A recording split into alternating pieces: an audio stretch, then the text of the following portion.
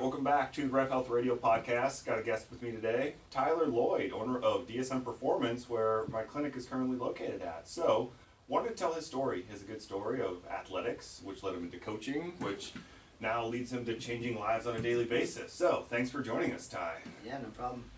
Ty, let's start. How did you get into athletics? How did you get into coaching? How did you get into owning this facility? Give me the lowdown. Well, growing up, I played most sports that I can think of. I played baseball, wrestled, played football, and then just continued that into college. Went to a Division III school, Simpson College in Indianola, Iowa. Played football, I would say for fun. Played football for fun for 4 years, and at Simpson, just kind of got interested in the actual physical training of things. Really enjoyed lifting weights and all that stuff that gets more intense as you get into college. In high school, a lot of times they just throw a thing up on the wall and you follow it along, and there's only so much you do. But when you actually got into a structured strength and conditioning section, it interested me, and so I switched over to exercise science as my major as a sophomore at Simpson College, and then was actually an undergrad assistant in the strength and conditioning there for 3 years, sophomore through senior year. And coming out of college, I did an internship at Acceleration Iowa here. I was thinking about going to grad school, and then I started working here, kind of worked my way into a job, and the rest is history from there. You said something in there that I wanted to touch on because I can relate to it so much. And I started in strength and conditioning at a rival school, Loras College, but I saw the same thing, whether that's strength and conditioning or the world of physical therapy that I'm in, where it's an art form, where you saw the training, it's not just sets and reps and movements, there's an art to design. Is that what attracted you in undergrad? Yeah, for sure. So, there's a ton of different ways to get the same results, right?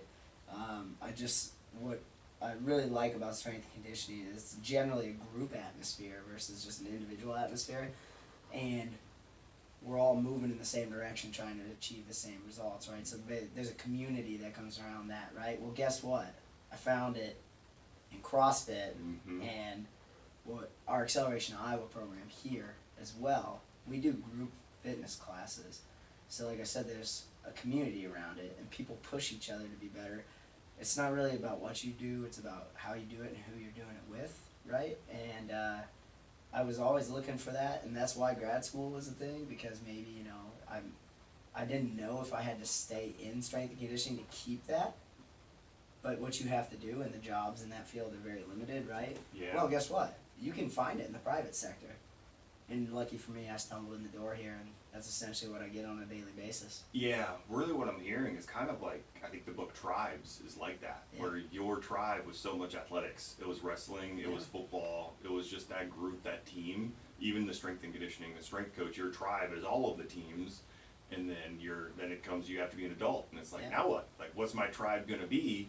Maybe grad school, that's a tribe I can go into, or you come here and saw, oh, I see, there's an Acceleration Iowa tribe of kids from all different schools that all come together and try to get faster and stronger.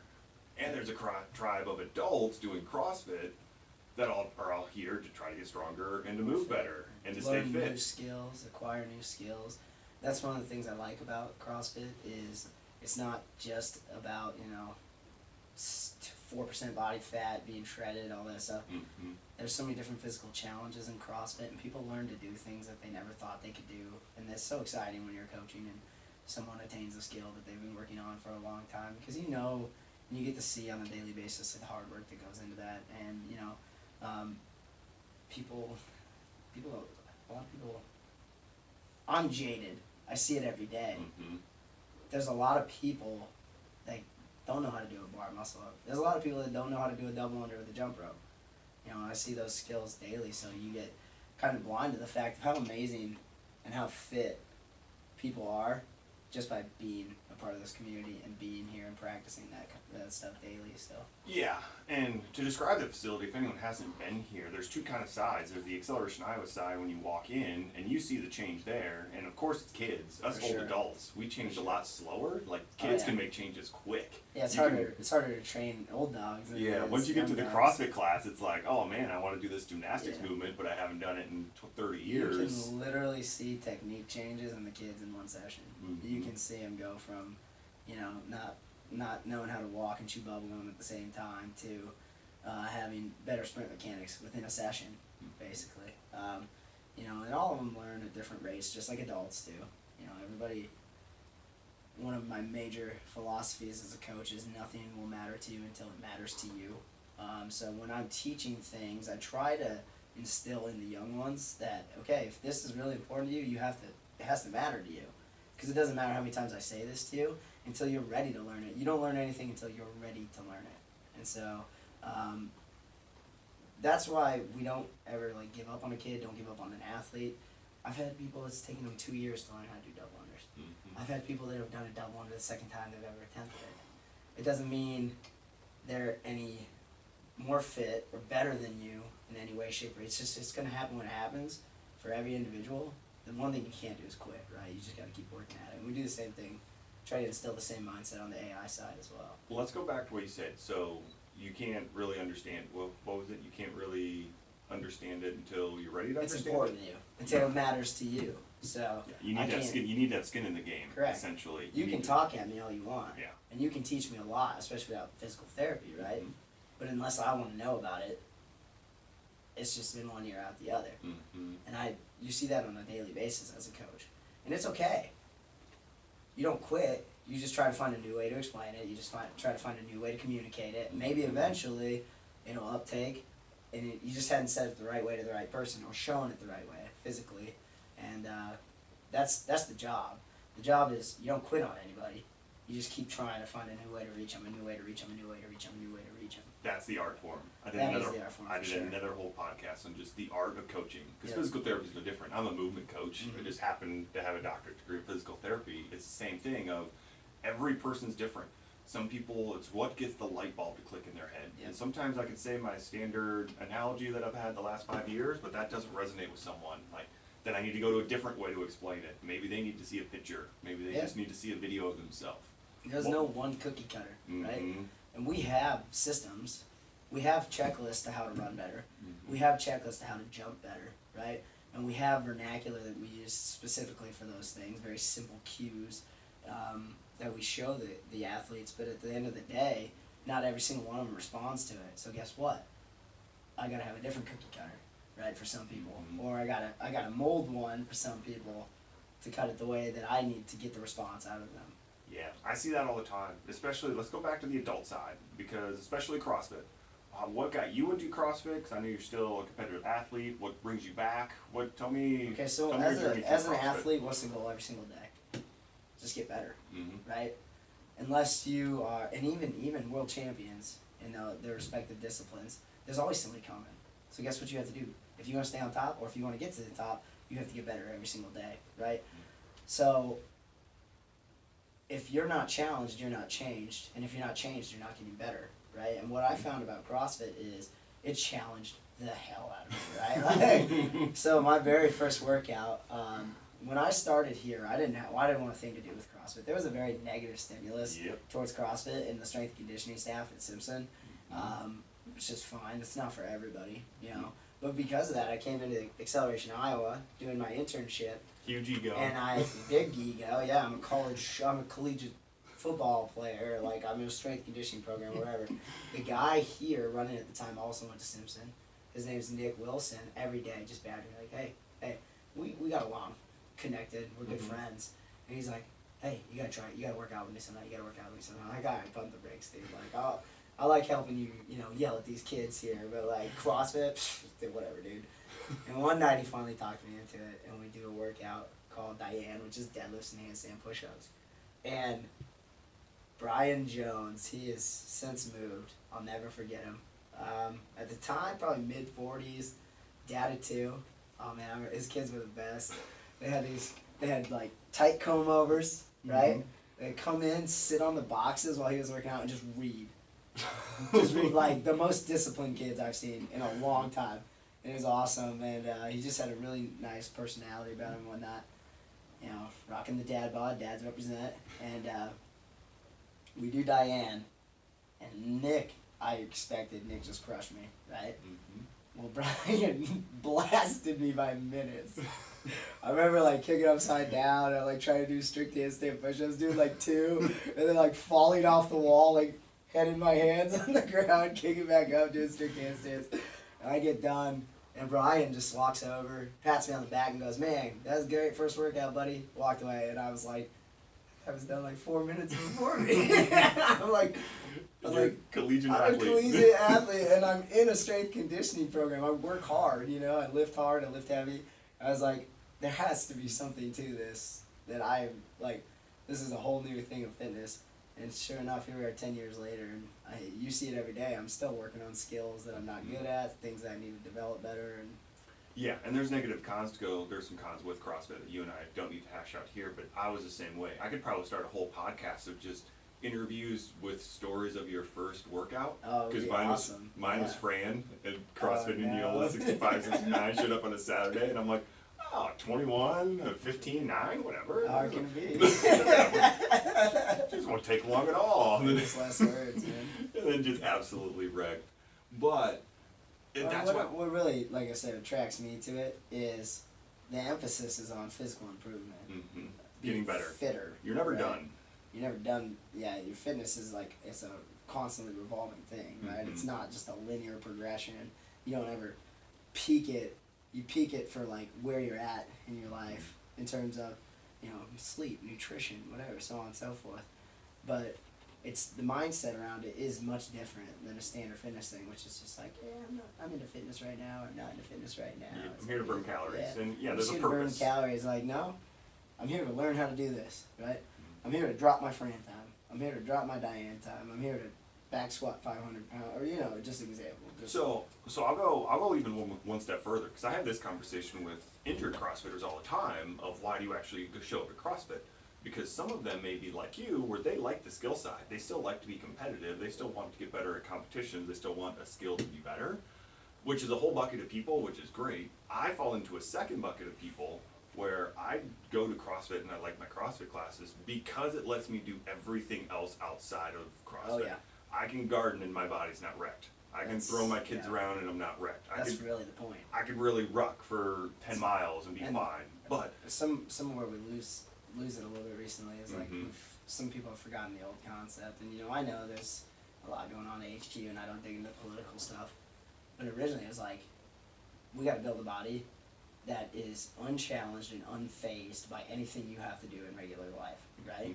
So, you know, I've had members, a young lady in her 60s come to me and say, "Ty, I love CrossFit. I went hiking with my husband in Hawaii and was just smashing him up every mountain trail because of CrossFit." That's what it's about. "Ty, I love CrossFit. Why? When I go play ball, my boy's into hoops. I can rebound, play defense. I can go one-on-one with him for hours. I'm mid-40s, early 50s male, right? And don't break a sweat. It's not a problem anymore, right? Hey, Ty, I love CrossFit. Why? Well, chased my 3 and 4-year-old around the backyard for 3 hours yesterday, and guess what? Fine. Physically, I'm fine. It didn't negatively take away from my life to do that physically, and then that's what it's really about at the end of the day. my parents had surgery. I can take care of them. Yep. I can keep up with my kids. I can do whatever. The other thing I talk with my wife about this a lot. I think one of the greatest things I can ever give the people that I care about most is the ability to never be a burden on them. So, you know, are you going to make a lot of money running a gym, being a trainer? Probably not. But you guys, you know, it's okay. You got to gyms aren't great businesses. Yeah, Spoiler. No. They are great businesses, but for different reasons than, you know. Yeah, financially. If you're an exercise science major sitting there in a class right now listening to this being like, I'm gonna own a gym someday, and then the money will just roll in. Not how it works. You know, you gotta really love it because you're gonna put a lot of work in for the results you get back. But one of the things I'm pegging on with all this CrossFit is, and all this fitness is, I'm gonna be able to take care of myself and independently take care of myself for a long, long, long time. And someday if I do have kids, I don't want to be a burden on them. I want them to be able to go live their lives, do whatever they need to do, and never have to worry about dad and mom, because dad and mom, we're aces physically. So. Yeah, I want to go back to something you said, because I will agree with you. I probably would have had a different opinion 5 years ago, but CrossFit isn't for everyone, which is fine, because I still stand by the stance of the best exercise for someone is the one they're going to show up to. Yep. Like consistency and the one you're going to show up to is true. perfect. Like there's some boot camp classes, it's not really my thing. I don't particularly like them. A lot of people do love them. Great, if you can show up, if you're consistent for months, years, awesome. That is great for your physical health. That leads me to CrossFit. How do you welcome someone? How do you take someone who is maybe either watches the CrossFit Games or is nervous, who doesn't know the language because there's a language barrier? What do you do to help a new person out? It is tough, and so I think generally sitting here talking, we say CrossFit isn't for everyone, and I will generally agree with that. But it's not for everyone because of a mindset. Not for everyone because physically everyone can't do it, because physically everybody can do it. It can be modified for sure. 100% it can be modified, right? It's a mindset. You're not coming in day one and being what you think you want to be, right? Because it's a process. And that's the same thing. I mean, athletic training to become an athlete is the same way, right? Make it about movement. It's about nothing else matters, right? It's okay, you know, I'm pretty, at this point in my career, I'm a little laissez-faire. Like, I'll let people experiment a little bit, you know what I'm saying? As long as their mechanics look all right, okay? You know, I'm not afraid to come over to you and say, lighten the load, right? But how I try to make someone feel comfortable, or more comfortable day one, is just let them know, hey, we're doing a snatch today. It doesn't matter if you do it with the PVC pipe, an empty barbell, or you walk in and somehow you can do 225 pounds, as long as the snatch looks right. The movement mechanics of the snatch look right. We're gonna make it about that. And that's why I mean it's not for everybody mentally, and it's because some people have trouble checking their ego, and I still do from time to time, right? But as a coach, if you want to make someone feel comfortable, you make sure they know that the priority is the correct movement, and it does, like, nobody else cares what you have on the bar in this class right now in our community. They don't care what you have on the bar, but they'll notice if you're not moving well in the snatch, and they're probably likely to say something to you then more than regardless of what weight you have on the bar, right? You got to make the focus movement, you know, like the technical execution of the movement, and make it known to people day one that that's the priority, and they'll feel a lot more comfortable then.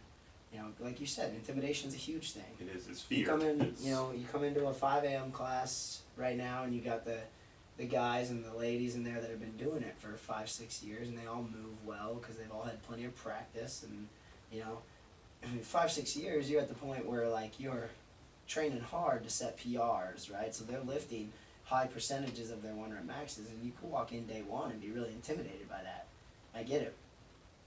What we try to do is make you know that the movements is what's important, and that everybody else in this room was in the same spot you were when they started. And it's like, listen, they don't care. You know why? Because every single one of them was there at some point as well, and they remember that. Small group fitness, it's been bigger. It's been getting bigger the last 10 years. CrossFit really revolutionized it for sure, and I really think it has so much more room to grow because of that tribe aspect. Yeah, it's the atmosphere. It's the atmosphere. It's the welcoming. It's no one cares. No one cares if what race you are, what gender you are. If you come in and do the work, no one really cares. I think that is where group fitness is, and it's really led by the coach. Like, you need to trust the coach knows movement. The coach knows when to cue you, when not to cue you, when to push you, when to tell you, hey, back off. And people are hesitant to seek out help and coaches for that reason. But I really think small group fitness is the revolution for adult fitness, for adults to get back. Yeah. Because we can go in a hole. I'll save my question on youth youth diabetes, youth obesity coming on, the lack of activity with the kids going on, because I know AI is a big part of trying to counteract that. But I turn it back on the adults, where I say, hey, are you being a good example? Are you showing your kids that you move, that you get 3 days of movement in a week? Yeah. Are you eating whole foods and not eating like a jerk all the time? That's where I think group fitness, I could use different language where I may have to put the explicit thing on, like, hey, what can you prove to your kids? And of do they see you move? But that's a place like this is great. It can be the kids' side. They see the adult side. Yep. Where they're like, oh yeah, those adults are trying to lift some weights too. So many times. And, I'm going to use an example because she's a longtime member, an awesome person. One of our members, Susan Larson, just recently competed in the Masters division at Wadapalooza, which is one of the biggest CrossFit competitions in the world. So, in her age category, she is one fit lady. And I have high school girls on the AI side that look down there all the time and go, holy cow. I'm like, yeah, yes. And that lady can move weight. They go, I want to be like that when I'm that age, And I go, and yes, you should aspire to be like that when you're that age. Don't get me wrong, Susan does all the little things right, and she comes in, she does her 1 hour a day, works hard while she's in the door, takes care of business outside the gym, and everyone can do it. It's, and it is cool, when 14-year-old girls see Susan doing handstand walks, and they're like, oh my gosh, yeah, yeah, like you can get there too. She could be your grandma, yes. Yeah, and you can get there too. It never has to end. It doesn't have to end. You're gonna have to reevaluate, reassess, check your ego, check your goals, change your goals as you progress through it. But that's part of finding a community and a coach that support that mindset as well. And we try to be as open to everything as possible. You want to compete? Cool. There's an avenue here for that. You don't give a crap about competing. You just want to move well. Cool. We like that too. You know what I'm saying? You want to just be the most BA version of yourself. I mean, we got a group of people that like ruck almost every day because they just like to mentally grind it out. Well, guess what? A lot of those people don't find that community without being a part of this community, and I think a lot of people realize some of the avenues that have opened up to them fitness-wise all started just because they were a member at a CrossFit gym.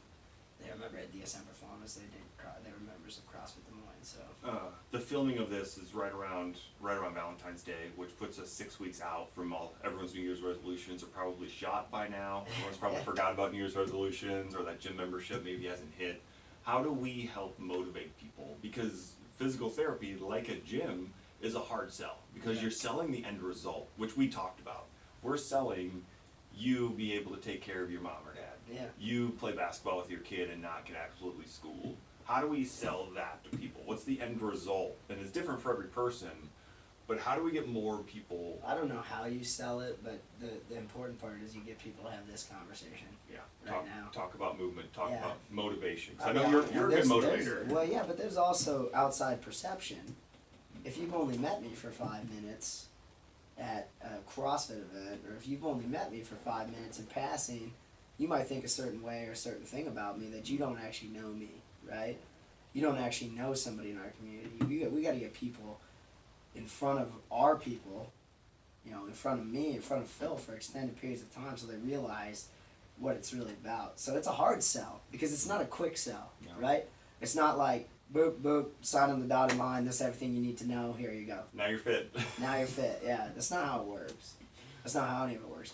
And I think as people get to know you more, they realize, and you walk that balance. Obviously, I've been a competitive CrossFit athlete for a while, and I like it. I like the intensity of it. I like testing my mettle. My whole life I've been like, am I made of glass? Let's find out today. Oh, I didn't shatter? Good. Means I can push harder tomorrow. You know what I'm saying? And you see what comes because of that. You've seen some of the physical results that come because of that. That's just who I am. That doesn't mean I think that's how you need to be. Which is my understanding of CrossFit. Everyone can do it. Guess what? not everyone needs to do it the way I do it.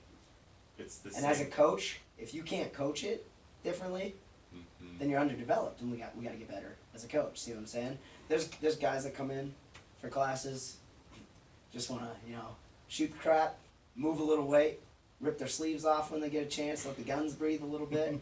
Cool, cool. This morning we had like an endurance-based workout. Like 90% of the athletes that I coached this morning were female athletes. It's an endurance-based workout. Cool. Guess what? That's cool too, you know what I'm saying? You're not a lot of dudes showing up for the mile run in the cold. If we were to recap things, we talked about a lot, because that's probably the last point, and it's such a good point you hit on, where you need to, everyone's journey is different, and it's the same thing in physical therapy. I will meet you exactly where you're at. Yeah. If you haven't moved in 2 years, we're going to need to start walking and doing some chair squats. Yeah. If you are super fit and want to deadlift 400 pounds, we need to dose that up a little bit. And it's the same thing in the gym. You kind of have to meet the person where it's at. Oh, you want to do the CrossFit Games? That's cool. We have an avenue for that. You don't care at all about the names of things and just want to get some movement in? Okay, go join some friends back there. Just do what they do, and the coach will help you move better. Yep. So, and here's how I think about it. It's an old school mindset. It definitely is. Because today's day and age, everything is one cookie cutter, right? If you want to monetize something, if you want to sell something, then you perfect your specific niche thing, and you try to sell it to everybody, right? Lowest cost, most cost effective thing, so on and so forth, and then you can monetize it however you want. I try to look at what we do here a little more like an old school carpenter. You come to the carpenter, and you say, I want this custom wood thing built, and they put time and detail and attention into their craft, and it's a unique piece when it comes out, right? But it is the more niche, harder sell, because it's not the standard, this is how you do it kind of thing. You're not gonna walk in the door here and get like 30-day fat burn, like here's exactly how you're gonna eat for the next 30 days, and blah blah blah blah blah. Because that's not, I can tell you right now, it's not sustainable, anything like that. It's cool, like Cold 30 and all that stuff, nutritionally, all that stuff is fine, If you want to give it a ride, go for it. I'm not saying don't do that. Don't try to find what's right for you. But we're looking for sustainable fitness, sustainable nutrition, sustainable stuff, day in and day out. And you get a lot of that by being a part of a community. Because even if it's not coming directly from the coach, there's like 100 other people that are chasing the same thing as you, and your best resource often is your teammates, right? Yep. And so, like that's why community fitness has been on the rise. Yeah. Whoa.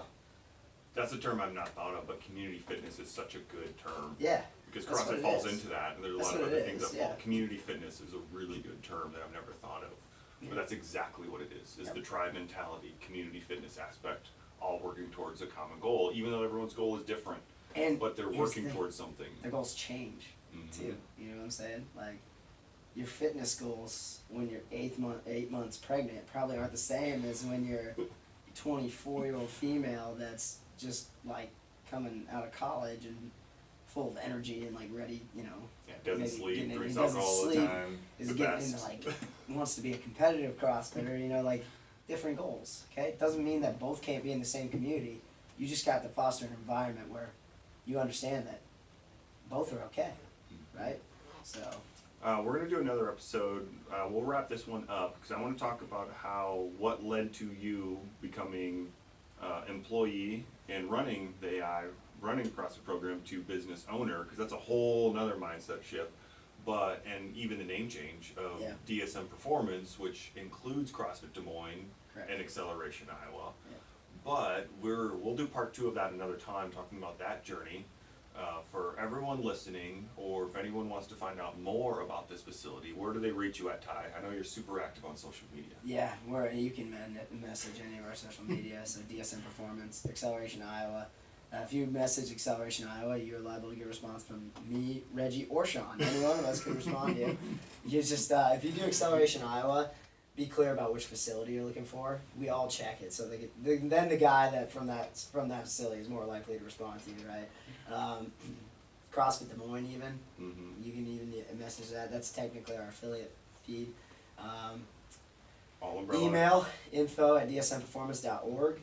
That is actually easier for Phil and I to respond to because, and Ryan can attest to this, when I'm in the moment training people, I barely ever look at my phone. Mm-hmm. I barely ever look at my phone, especially with kids. You can't look at your phone. You gave them an inch, they take a mile. If I let off the gas pedal and I look at my phone, it tells them what?